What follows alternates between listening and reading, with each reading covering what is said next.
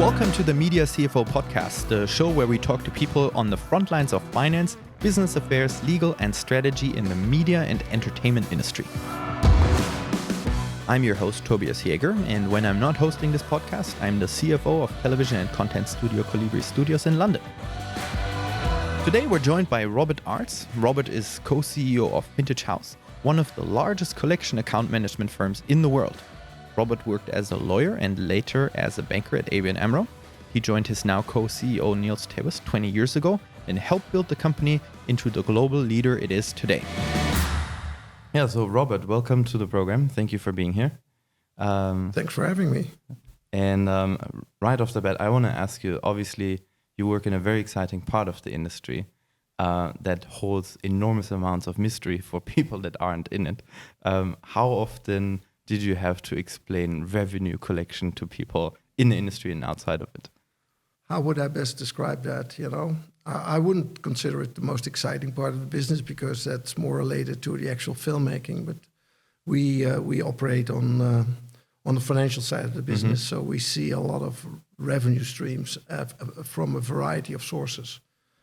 And in that sense, it may be exciting for people, but it's money is money and it's refundable. And we've just built a business in making sure that the money which is being paid by people in the industry and people who exploit movies and TV series and film and music, as a matter of fact, to actually get their money. And I'm not sure how people perceive it, but they should look at it as something just as a necessity, because often without our involvement, it is not as clear-cut and a check and balances as it should be. Yeah, I'm not sure how people outside the industry look at what we do, but I'm not sure they even know what we're doing because we're very low-key and we don't speak to a lot of people about outside the industry for sure about what we're doing. Yeah. In the industry, people, I think, kind of acknowledge our importance, but it's not necessarily as magical as it may seem from the outside. Tell me a little bit about historically, how did the need for this arise? Was it just in a period where IP owners or rights holders weren't just not paid and then they were looking for help? How did this come about? Yeah, we had a functionality within the bank I used to be part of called ABN AMRO Mees Pierson, where we would be receiving a large amount of cash on behalf of either a producer or a sales company or a financier. And all the money basically got collected there. And then all of a sudden, because we were also in a film financing activity at the time, people said, we would like you to split the money between party A, B, C, and D. And you said, but that's not what we're supposed to do here. We're not getting paid for that. Yeah. And then we looked at the necessity. In my travels to Los Angeles, I realized that a lot of people were not getting what they're supposed to get because either the money would be paid to the sales company or it would be paid to the bank or it would be paid to the producer or to some other entity. And then the other beneficiaries to the money would not see the revenue. So there was a clear need for some sort of independent third party, which is until today one of the business we're engaged and involved in. So you mentioned the bank. Is that how you got into the industry? Yes. So I used to be a lawyer before that, and I had a fair amount of entertainment work. But actually the money side of it was something I bumped into when I joined the bank. Okay. So when you were a lawyer, you were already in the entertainment industry or working with entertainment clients? Yeah, there was a lot of people who were set up through the Netherlands. My firm represented a lot of these people because it's a very good setup for business to be operating from Amsterdam.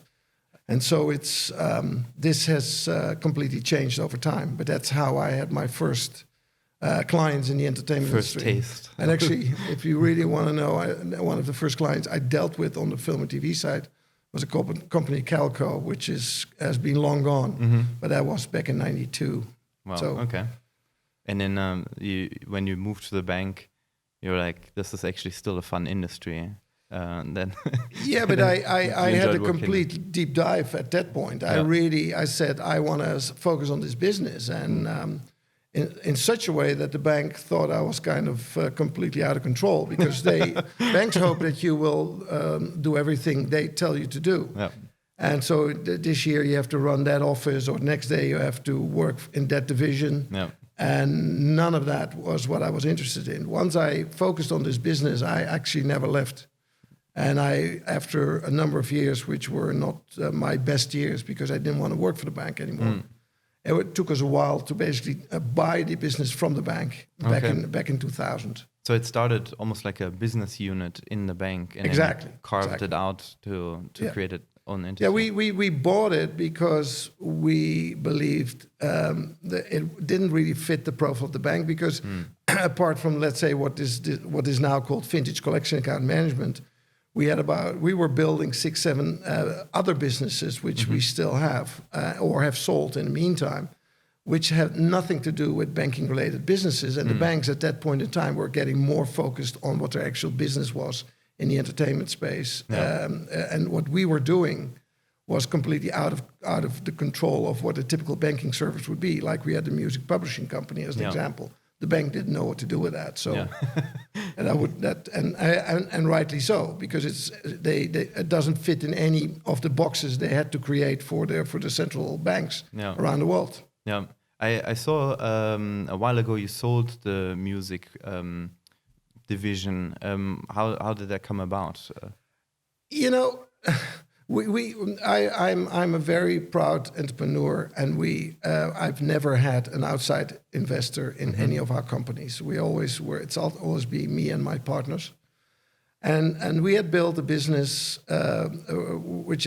which people call either artist performance royalties business, or what they call neighboring rights in Europe, which generates the revenue not for the writers of the song, but for the performers itself.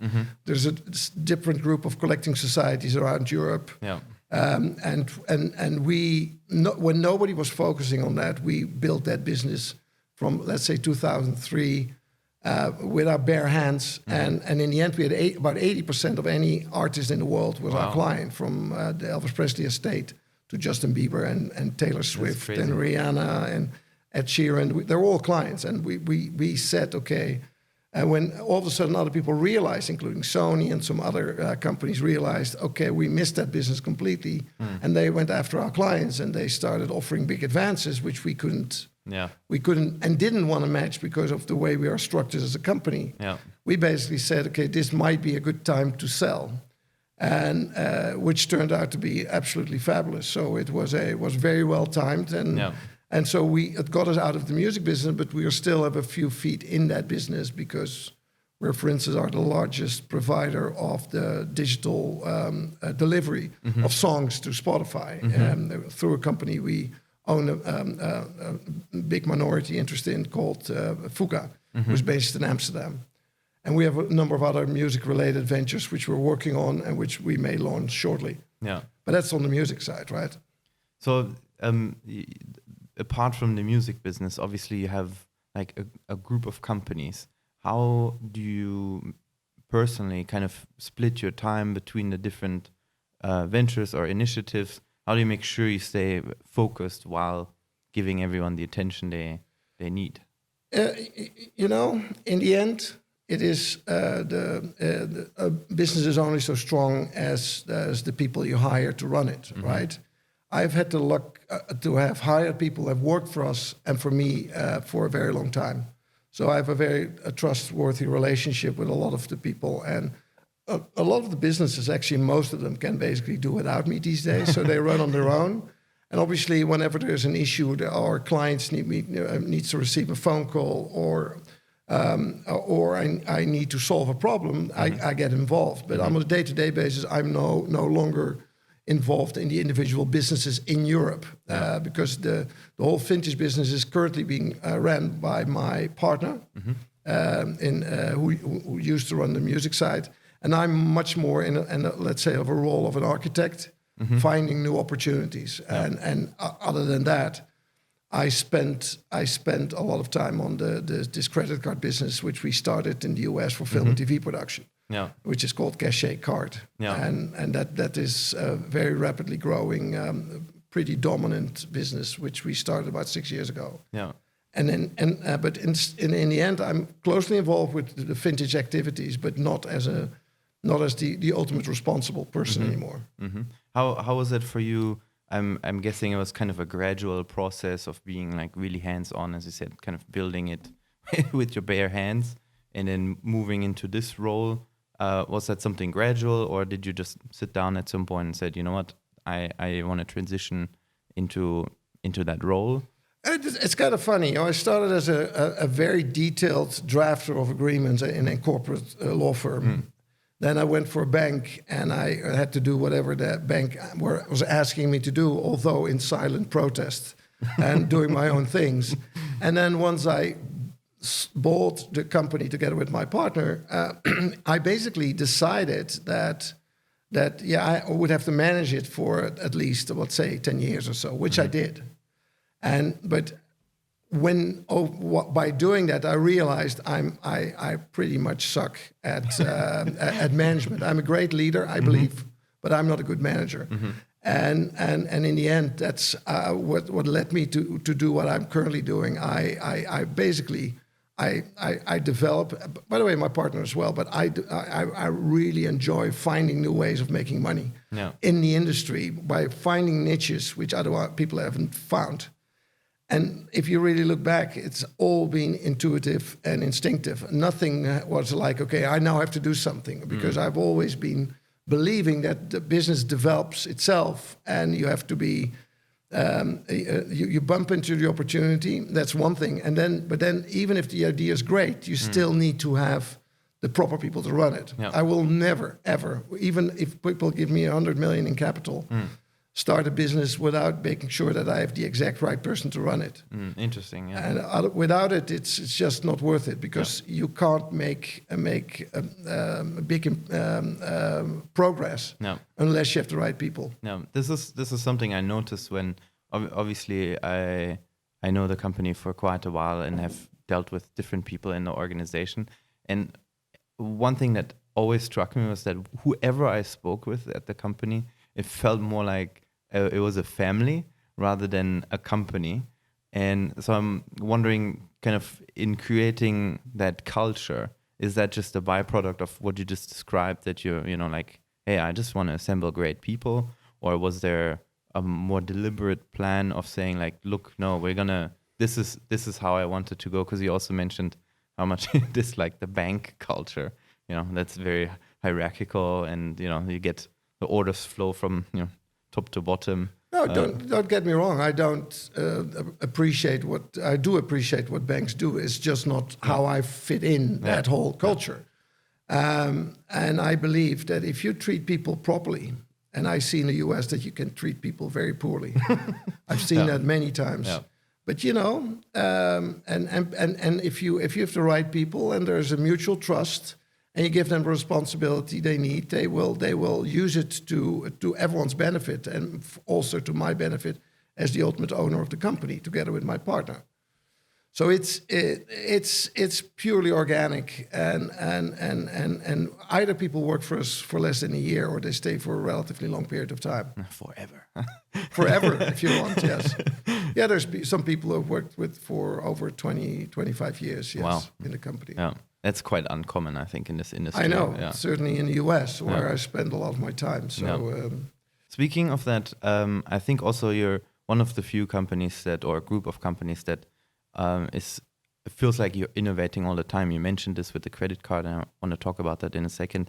Do you think that's part of the ability? I mean, it's very technical often, as you described as well. Finding these, little niches of opportunity, that you need that kind of team or people for that to be able to innovate. I think, frankly, in terms of innovation, that comes from the top, particularly. The business plan is very simple. If any of our business plans, like whether it's the music business, which I just described, where I say if it works for the estate of Elvis Presley, it also works for Justin Bieber, because they have rights and they need representation. The same applies to the collection card management business, because if it works for you, it works for other people as well. And the same applies to a credit card business. It's all, in the end, what we have found,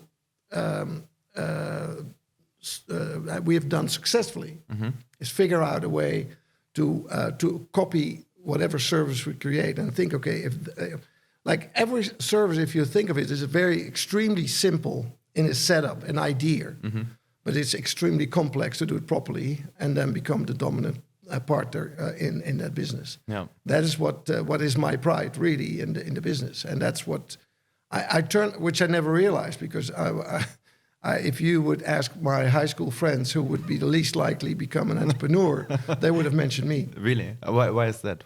I don't know, but I didn't show them anything that would make them feel I would be starting a variety of companies when I was in my 40s, right? And don't forget, I only became an entrepreneur when I was 42. So it's not like I started as an entrepreneur.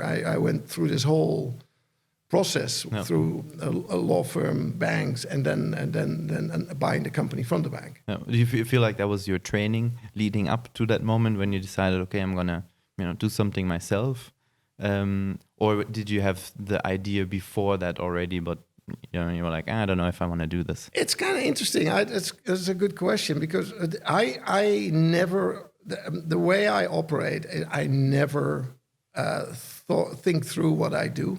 Stuff. No, it comes to me, and I say, okay, this sounds great. I should do that. Yeah. I'm not very good in planning. I just, ideas pop up in my head. And I've been trying to figure out what happened to me when I was with the bank, and all of a sudden I wanted to own a company, which we then bought for a lot of money, literally 3 months after 9/11, while the whole world was collapsing. Jesus, yeah. And I never had 1 second of doubt in doing it. So by that time, I actually had decided I had become the entrepreneur, which I am today. Interesting. But that was, how many? 17 years ago. So I'm 59 now. So you could make the argument whether it was the best or the worst time. I mean, certainly in terms of, valuation, like it can't get worse than this. Yeah, but they didn't give us a cut on the or reduction on the purchase price, because we negotiated it beforehand. So so there was a bigger risk, but we were so convinced about ourselves, and we just went for it. Yeah. Do you feel that approach is helpful also, in launching new initiatives like the credit card, that you don't? It sounds like it. Correct me if I'm wrong. That you spend like 2-3 years developing it, but you actually you look at something, you're like, hey, this is an opportunity, we should do that, and then 6 months later it's a reality. Yeah, I would have wished that I would have come up with that idea, but it was we would have never started that business, because it's without someone coming to me. In this case, it was Kurt Woolner, who was a partner in Film Financiers, the completion bond company. Yeah. And he and his partner invited us for dinner in Cannes, and my partner Niels Stevens and I went there, and he said, we would like to consider starting his credit card business with you guys, because you are always very good in finding new ways of making money, and we suck other than offering completion bonds, which were the best in the world. Yeah. And when we went home in the car, we said to each other, this sounds like what a nonsense idea. And so it wasn't my idea, but then I said, let me check with what one of my guys, our guys who had started our music business, and had Paul Rogers, who went on his own and became a producer for a while. And I called him the next day. I said, he was based in Nashville. I said, Paul, what do you think? I got this approach. You probably will agree with me that it's complete BS. Let's not do it. Yeah.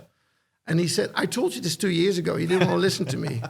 I say, Paul, now you get me interested. So now you have to write a business plan to make this work. So, and he did. No.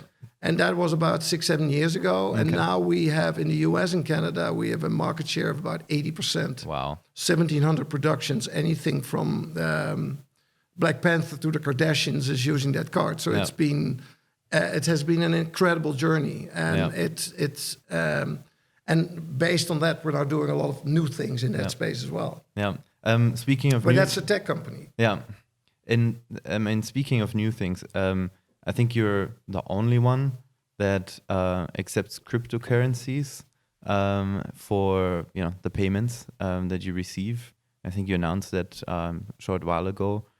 What was the process leading up to that? Because obviously, that takes also consideration, I guess.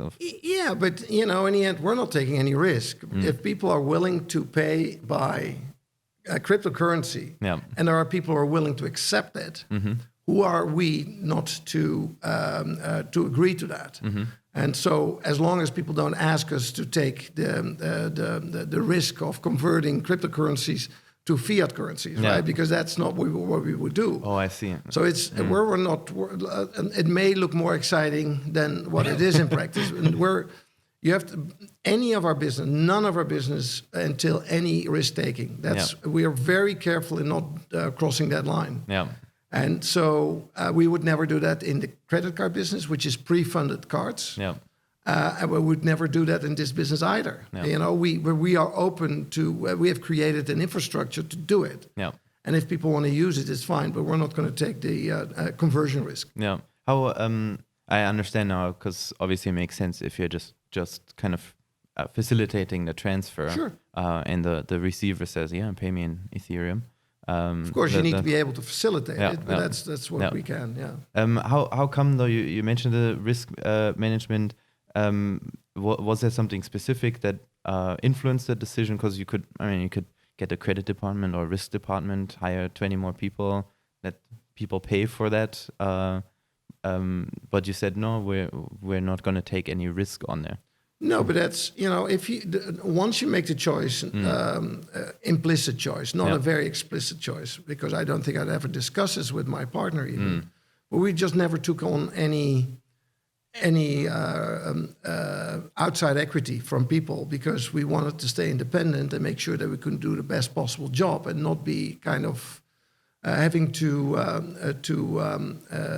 bow to the wishes and the requests and the requirements of having capital to run to fund your company.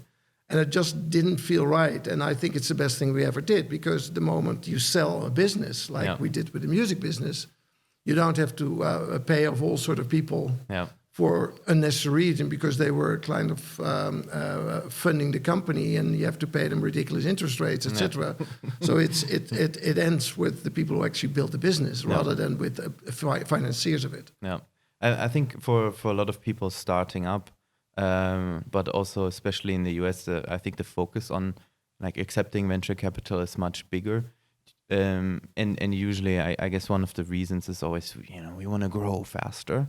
Do you feel like by making that choice of not accepting outside money, you also accepted sometimes that things would go a bit slower or different, that, the control was that much more important than, becoming like the biggest in, 5 minutes?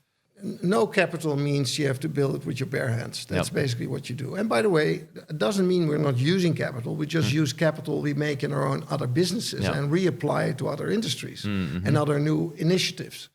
So we use capital, but our own capital. We don't use other people's capital. And so, but we accept the fact that the organic growth is slower per se, and that's fine. But the flip side is that you actually can spend a lot of time setting it up properly without being forced by an investor just to develop speed and try to get it going as quickly as possible and forget certain details. Yeah. And you're right, in the US it's like very unusual what we do. In Europe it's a little bit more. But as we operate mostly with American companies in terms of clients, it is obviously we're pretty unique what we have, the way we have set it up, but it feels great because I can decide every day what I want to do. Yeah. And I literally can wake up in the morning and say, okay, what I'm going to spend my time on today. I don't have to worry about financiers on my back. Yeah. We use what we have and we're very careful in how we spend it. Yeah. You just mentioned, your location as well. Of course, you're Dutch, so I'm assuming Amsterdam or the Netherlands as a hub was a natural choice. If you had to set it up again, today, would you still go for the Netherlands? Do you feel like you have an edge being there as a hub? It's a good question. For us, it was not a big discussion because we're Niels and I are both Dutch citizens. Yeah. We live very happily with our families in Holland.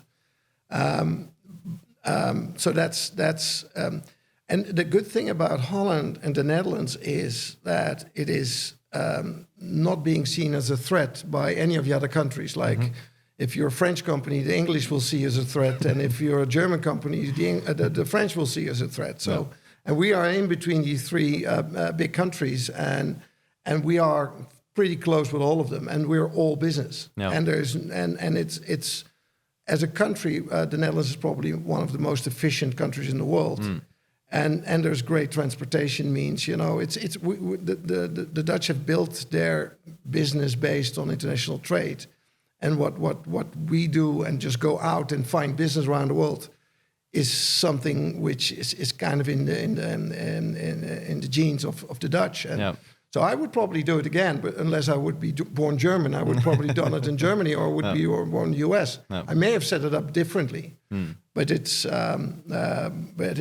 basically what we did is because we started our business life there in Amsterdam. Having lived there for about 8 years, I do miss it. I miss it quite a bit because the spirit you describe, I think, is something that's very important for the DNA of like any organization, and having that spirit of going out and saying like, well, we searched, but there's no iron or ore in our ground. No, we have nothing. We have nothing. Yeah, we have gas. We have natural gas, which we're running out of. And we have no home market either, so we have to go out. Exactly. Yeah. Speaking of, and I'm quite curious about this. Speaking of the past, if you could go back in time and tell your 20-year-old self something, what would that be? Oh my God, that's a tough question. I would have said to him, I would say, don't be afraid. It's going to be fine. I was much more defensive at that age. But I've learned, I've built my confidence over the last, let's say, 30, 40 years, and that has become quite an asset for me because it has liberated myself. I'm kind of a free thinker, as more than I realized when I was 20, and I think it has helped me tremendously. I've achieved, and I'm not there yet, but I've achieved already much more than I thought I would achieve when I was 20. Yeah. I thought I would be working in some boring place, whatever that is. And so I don't know, but I've changed quite a bit over time. Probably in my 30s, probably the most. Do you feel like just kind of trusting your gut more, or listening to yourself more, is one of those things that you developed by kind of trusting more what, like, initially you think of something? That's what I've learned. I've learned to trust my gut and my instinct and my intuition, and always. I did a lot of bankruptcy law when I was in the law firm. Oh wow! Okay. So my father was a politician, and so I wasn't trained as an entrepreneur. I just saw risks everywhere. Yeah. So seeing that risk everywhere can either make you scared to do business, or say, okay, I know I have to be very careful how I do it, but if I do it and I know what I have to stay away from, it can be very successful. Yeah. And that's kind of what I've done. Yeah. No, of course, I think it's quite to the point what you described, that being exposed to something like this at that age, I think also makes you aware of, what can go wrong, and as you said, you can either say like, okay, well, I'm never going to touch this, or let me navigate this, and I went completely for the navigation, and I never realized I would do that, certainly not as a 20-year-old. Yeah. So when you apply your gut now, what are some of the trends or developments you see happening in the industry where you go like, oh, I think this is something to pay attention to? It's very clear that there's a lot of stuff changing, right? So the independent industry is going through tremendous changes, And if you don't change with it, you will have an issue with that. I'll give you an example. So we have a business which collects royalties from Achikoa and from let's say societies for cable retransmission and black tape levies and video rentals, which is I would call a legacy business, right? So you see gradually the network television advertising go down, and it moves to a digital content like on YouTube and some other places, and of course the whole subscription. But I'm specifically focusing on the advertising base now.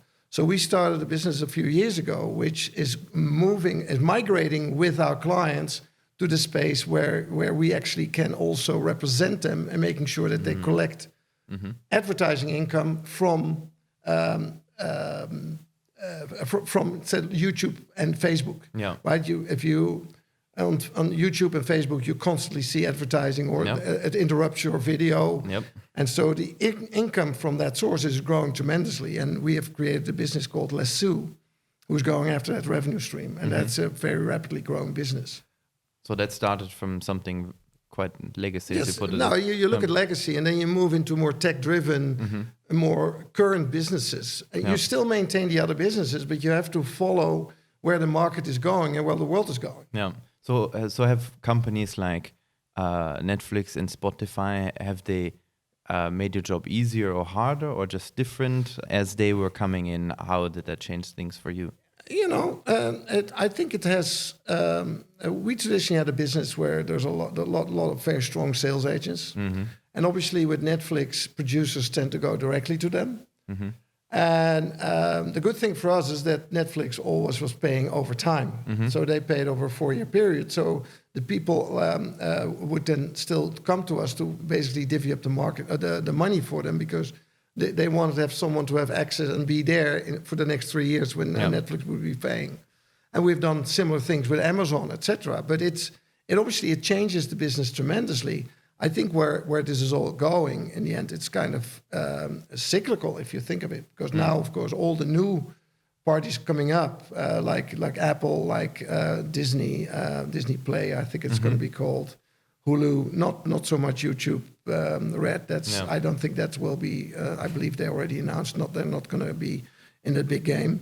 And so there are all these people are going to develop content. So for a producer, it's great, and I think they will have more choices. They can negotiate one against the other. Hopefully, as more services emerge, and we need to make sure that we stay relevant in that remit, in that environment. I think it's in the end that's the cyclical part about it. So you used to have let's say in the US, I'm not sure who would be the equivalent to Comcast in Germany, but let's say in Holland you have UPC or Ziggo, and in the US for you have Comcast or Verizon. You would have a subscription, and then you would have all these. But I'm convinced that within the next few years there will be packages of where all the different services, the over-the-top services like Netflix and Amazon, etc., will all be sold as one package. And then you add a sports channel and some news channels and some other stuff, and then you basically have a whole new package for as a consumer to buy into. Because I do not think consumers will buy individual subscriptions to about 6-7 services. That's simply not going to happen. And on top of that, you have the local services, of course, which is not even Netflix, but I'm not sure. I forgot what the Germans are, but I'm sure there's these services locally. It's this brings me to a point I've been wondering about. It's maybe a bit technical, but so when you talk about the collection activities, and I guess it's a twofold question. One is, what do you do when somebody isn't compliant? You can't, I guess, send a big mean-looking Russian guy to collect it at the door. And how do you do this globally? Because obviously you're active around the world. How do you keep track of everything and every market where there's something to be gotten? That's a good question, and there's a misunderstanding about what we do in terms of a service. So the misunderstanding is the following: we are being hired by the participants not to collect the money, but basically to make sure that the money is in a safe place once it's being paid by a local distributor or by Netflix or anyone else. And we will make sure that people get their amount due according to the agreement they've entered into. Sometimes, and because the sales agent has that obligation to do that, and they're getting paid to do that. Although often they don't like to do it, but they know they have to do it. So it's their role. Because they pick the distributors. They pick the partners around the world. And sometimes they call us and say, could you help us with this? Because we have trouble collecting it. So that's one thing. And then we help them, but it's not part of our actual service. The other thing, what we see, once in a while, and unfortunately more often than we think, because we're in touch with the entire world in terms of those licenses and coming from and the money streams coming all over the world, we find out that someone has been paying to a wrong account, not the account we control. What we do in a situation like that, we will how do you say it, confidentially speak to the people who we believe made a mistake, quote unquote, and try to correct it. Before going wide with the idea that someone has been stealing money, because and I think that's often the best way of resolving it. We don't. Perhaps we shouldn't be doing it, but we feel it's the best way of doing it. But again, it's not our obligation. Only once it's in the account, we have an obligation that starts. That's what we do. How do you keep track of that all over the world? I mean, the Fintage House, as far as I know, doesn't have like hundreds of or thousands of employees. Do you just feel like a regional office with someone that knows their stuff on the ground? That's the best way to cover the world, or how do you ensure that you don't have a blind spot somewhere? Let's be clear. We have people all over the world. We have people in North America. We have people in South America. We have people in Middle America. Mexico, as a matter of fact, Japan, Australia, and various places in Europe. So it's. I don't think you need it really, because this is such a global industry where everyone meets each other at markets. Everything leads in the end to Los Angeles, frankly, because everyone, even when if there's a German production, and you really want to go international, there's always a U.S. angle for that. So, and when there's a U.S. angle, there's always L.A. and so we see a lot of. We don't see it as a regional thing. We see it as kind of a centralized functionality, and because we deal with them on hundreds of films every year with all these different distributors, mostly for films which are generated out of Los Angeles or have a nexus with Los Angeles, people are very careful to get cross with us, because it's just not the right way of doing it, because we don't have a blacklist, but they want to stay. When people realize, I got busted, they usually correct what they're supposed to do. Do you feel like, the role you play almost sounds a bit like Switzerland? You're neutral, and I call it Dutch, if you don't mind. Okay. I'm not so fond of the Swiss system. I think we're more transparent, but in the end we are relatively independent as well as a country. So, but that's where we are, and I can tell you, quite sometimes we get requests from people. So we have given you 10 of our last films, and you need to help us with this, and you need to pay the money to us. And then, and he said, but and then I asked them, so what is in the agreement? And the agreement says something else, but it wasn't agreed between us. It said, but it's in the agreement. We cannot do anything for you. Just imagine we would do the same thing for you if you would be on the other side. Yeah. So you cannot be on a sliding scale, because once you start sliding, you get into trouble, and it's and so we try to be whiter than rice, or holier than the Pope, and I'm actually quite proud of that, because I think people may say I don't think so, but people may say you don't do everything as fast or as correct as what I think we do, but But I think the most important thing is that people trust us for that we will do the right thing under any circumstances, and that we have to, because we have clients and people we're paying all over the world, because U.S. films can be financed with Australian money and Canadian money, So there's many. So this is a global industry. Yeah. Do you feel like if you didn't exist, there would be mayhem? I think someone else would have invented it. Yeah. Because I think we invented it in Los Angeles. There was some rudimentary structure for that in the UK, for that collection account business. But in the US, it took us about 8 years to get it started. And you have to bear in mind, often the business we start have a lot of resistance from the people who are supposed to receive the money themselves. Yeah. Like historically, that was the sales companies, right? They would sit on the money, and then they would have to pay, at some point, they would have to pay other people, but nobody wanted that. So we had to convince the sales agents, this is a long time ago, to basically that it's good for them and for their credibility if they would work with us. And that's what they've done.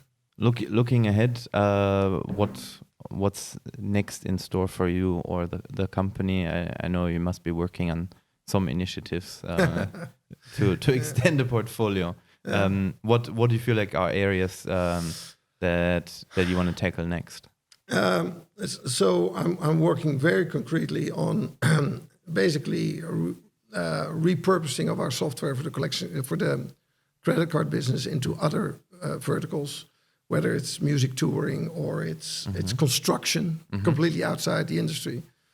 We're looking at that. I'm actually also looking at creating some sort of a composer agency in Europe to represent composers, because there's a mismatch between composers and producers, and we're not locally but internationally. So we may be putting some money in a company like that. But mostly it is what we're doing is, and there's more, but there's some of that I cannot disclose yet because I'm under NDA or something like that. So there's two key things we do now, which doesn't apply, by the way, to this composer agency. But all businesses we do will be heavily tech driven, which is a change from the beginning, from when we started. And two, we will not be more than very active investors, and we don't want to run it ourselves anymore. That is, other than the stuff we already have. Yeah. And I think that's, and we want to use what we have and the knowledge we've built and the trust we have in the community and the network we have, and to build these new businesses. And so we will also always do it with people who say, okay, we want you to be involved and help us to grow this because you know how to do it. If people come to us with those ideas, and I invite everyone to do that, and they can use our skill sets, we will certainly do that. Yeah. So when you think of these new initiatives, you mentioned construction, which is obviously something very different. Nothing to do with entertainment. Yeah. How do you switch between those two things? Do you have any knowledge, or are you like, no, I don't need to? Don't tell me too much about it. No, don't tell me much, because I didn't know any. Let's be very clear. 6 years ago, I didn't know anything about production. I didn't know anything about credit card business. I didn't know anything of the requirements to actually start a company like that. And we just dove right into it, and we did it, right? Construction business makes, without going into detail, makes a lot of sense because it's also project-based, right? So if your film production is a production, right? It's a project. Yep. So you spend a lot of money over a relatively short period of time, and then you close down the production. The same applies to construction. People in the Hollywood Hills redecorating their house for $5-10 million. That is not an exception, as an example. Yeah. Or so so they expend the money over 6 to 9 or a year time period. Yeah. So for me, that's all the same. Yeah. So so we have to repurpose the software we've built and change the category catering and wardrobe to lumber or some other categories, right? Yeah. So it's in the end, and by the way, I'm just the ideas guys, and then other people will tell me whether it's complete crap what I'm saying or whether it's something which makes sense, and then they go with it. Usually I've been right in my assessment that it works, and we're working on a very exciting venture, which I cannot say anything about at this point, But if that thing happens, that is completely, people will completely understand that. Yeah. Because it fits with what we've been doing. Perfect. Let's talk about that next time. Yeah. Thank you so much for your time, for being here, for the amazing advice. Thank you, Tobias. It's interesting. As always, I always get easily excited if I can speak about what keeps me awake and during the day and during the night. Yeah, perfect. We'll talk about it next time then. Thank you. Thank you so much for listening, everyone. We'd love to hear from you now. Please let us know what you think of the show and this episode. Leave us a comment, send us a message or tweet, and we're looking forward to welcoming you on our next episode. By the way, you can follow Media CFO on Twitter, Instagram, and Facebook. And if you haven't already, please subscribe to this podcast on Apple Podcasts and rate and review this podcast. Again, thank you for listening, and bye-bye. The Media CFO podcast is hosted by Tobias Jaeger. Our executive producer is Bridget Scar. Digital editing by Christina Vogt. And many thanks to Anouk van Ghemen, Frederik Jaeger, and Philipp Hoffmann for their creative review. The notes for the show can be found on www.themediacfo.com. Copyright 2019 Colibri Studios.